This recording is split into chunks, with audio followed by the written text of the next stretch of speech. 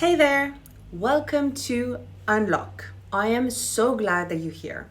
Over the next 12 weeks, we're going to do something that most programs miss entirely. We're going to get you on the way to your goals in a way that's fun and sustainable because it is my belief that life should be less grind and more gain. And to do that, I'm going to teach you something I wish more people understood about change. It's not about doing more of what doesn't work. It's about doing things differently.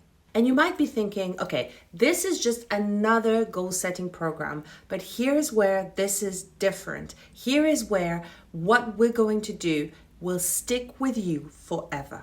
I am not here to teach you tools and techniques because my assertion is you know exactly what to do. You have that intuition, that instinct, that gut feel, that ability for insights and realization. That's what got you there, and that's specific to you. But sometimes it gets clouded by your thoughts, by the overthinking, the doubts.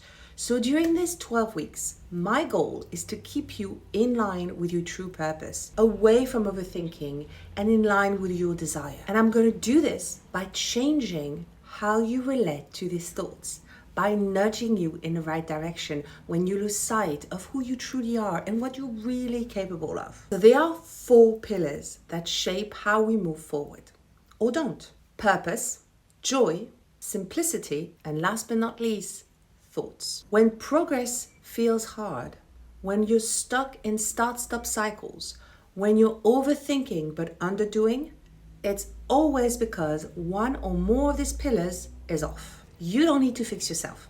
There is nothing wrong with you for not managing to reach these goals. You just need a strategy change. You just need to rebalance the structure underneath what you're doing. So let me show you what I mean with a real example. I recently had to prepare a talk for a big public event.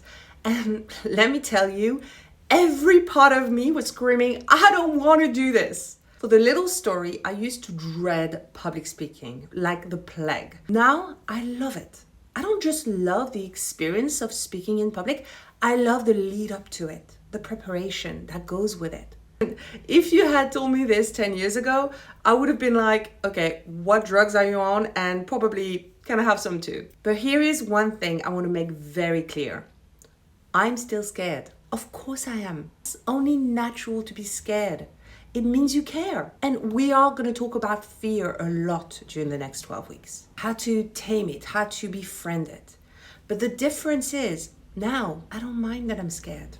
And whatever your goal is, this is where we're going to get you to in the next 12 weeks. So I used these exact 4 pillars to get through it. And not just to get through it, but actually enjoy the process. Purpose. I reminded myself why I was doing this. And it wasn't just to impress anyone. And by the way, it's okay to do things for external validation sometimes. We'll talk about this more in the modules, ego versus self, and how to let go of the judgment around it. But I was doing this mainly to inspire women, to speak my truth, and yes, to maybe create new clients' opportunities. That purpose felt true. And I would come back to it every time the fear kicked in. Joy. See, instead of forcing myself to rehearse in front of a mirror or sit at my desk, I made it something I looked forward to. I rehearsed my speech every morning on a sunrise walk because it's something that I love to do. I would go out with my little cup of coffee and it was just a delight. And then I would go home to a lovely breakfast. This is what worked for me. It doesn't have to work for everybody, but the important bit here, I included joy in that process. And this is how the brain learns.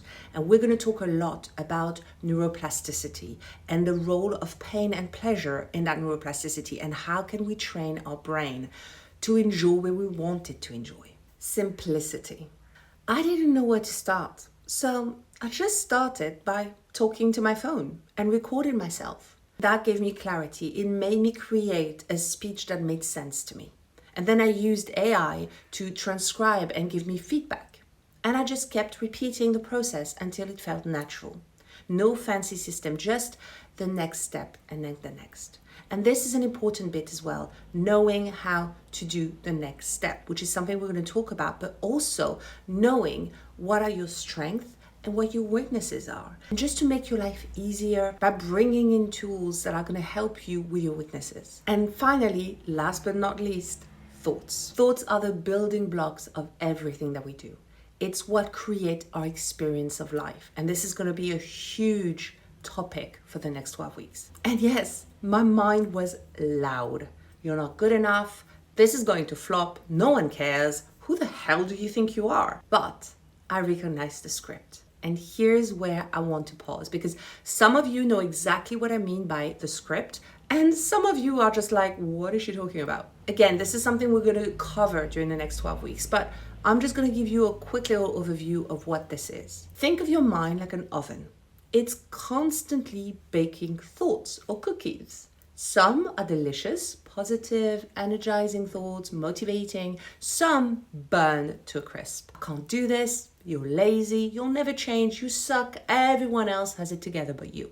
Just because a cookie comes out of the oven doesn't mean you have to eat it, especially if it's burned. Just because a thought pops into your head doesn't mean it's true, and you have to keep engaging with it. See, your thoughts are not facts. They're just what your mind is producing in that moment, often based on old ingredients, past experiences, fear, stress, conditioning. When we start to see our thoughts as just thoughts, suggestions, not instructions, not truth, not orders, we stop letting them drive and run the show. That's what I mean by recognizing the script. It's the old inner dialogue that shows up when you're stretching, when you're growing, when you're trying, when you're simply about to do something really cool. By getting you out of your comfort zone, we're going to learn how to hear it, understand it, and not let it run the show. We'll go deeper into that next week. But for now, just start to notice what your oven's baking and which cookies you might be in the habit of eating without even realizing. And here is something important. These pillars balance each other. If you lose joy, come back to purpose. Remind yourself why you're doing it. If you're overcomplicating things, focus on simplicity.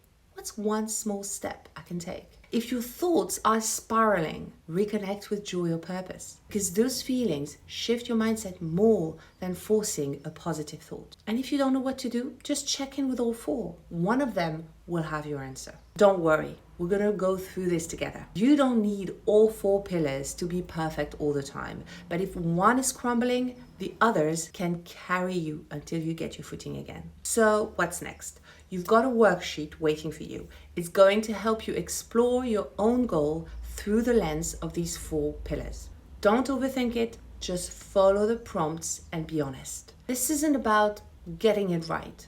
This is about getting real. You're not starting from scratch. You're starting from experience. And I can't wait to see where it takes you. See you next week.